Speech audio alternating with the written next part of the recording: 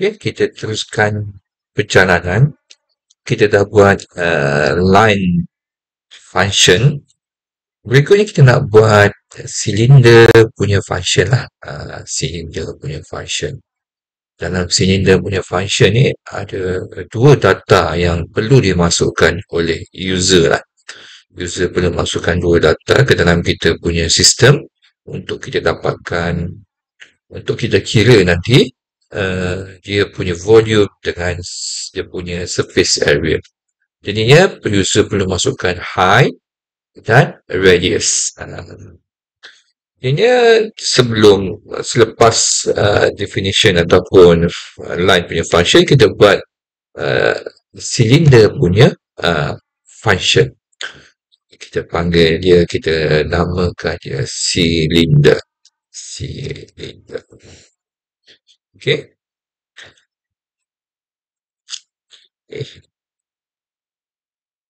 Untuk cylinder, kita ada dua sahaja objek. Yang pertama adalah height. Ini kita masukkan dia sebagai integer input. Kita tulis kat situ adalah cylinder height. Cylinder height. Cylinder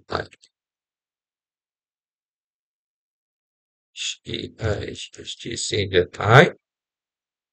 Okay. Another object is radius. Kalau nak tukar kepada diameter pun boleh. Nanti kena bahagi dulu lah. Senang kita terus ambil tu punya radius. Integer input.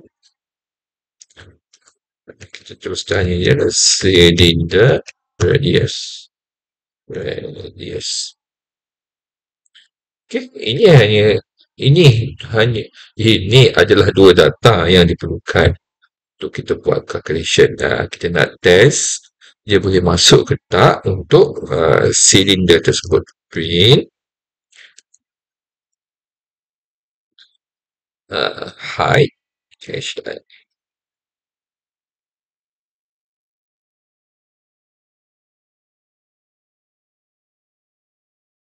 Ini kita pakai objek tersebut. Yang kedua, print.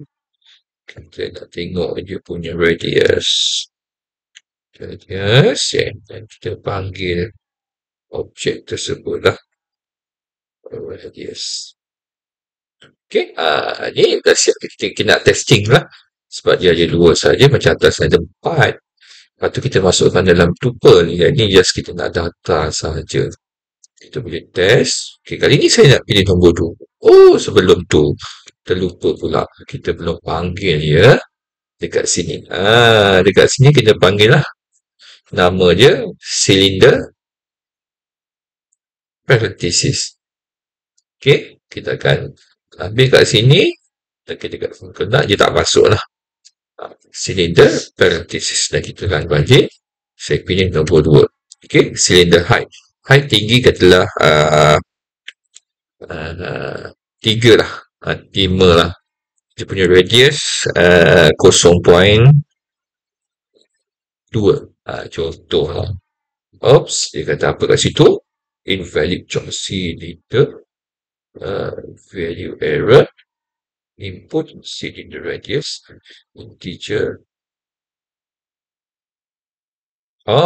Betul juga. Ni bagus lah. Kita dah tersalah dekat sini. Maka kita boleh tukar. Untuk masukkan koordinat ni, masukkan data ni, kemungkinan user akan masukkan nilai yang bukan nombor bulat. Maka kita tukarlah terus. Float. Ini pun float. Ini pun float. Dia kata apa tadi? Tidak boleh. Ada titik perpuluhan di situ. Okey, kita tak apa, tak ada masalah. Kita troubleshoot dia. Nombor 2. 5. 0.2. Dia keluarlah. Height dia berapa. Radius dia berapa. Kita dah dapatkan kita punya data yang dimasukkan oleh user. User masukkan 5. Kita dapat 5. user masukkan 0.2, kita dapat 2. Dan lagi sekali, tadi kita ada buat sedikit khilaf di situ, di mana kita gunakan INT, kita gunakan float untuk kes yang inilah. Berikutnya kita akan buat bagaimana kita nak buat, kita nak panggil pula, ataupun kita buat dulu, kita buat kita punya kelas dulu. Okey? Kita jumpa video berikutnya nanti.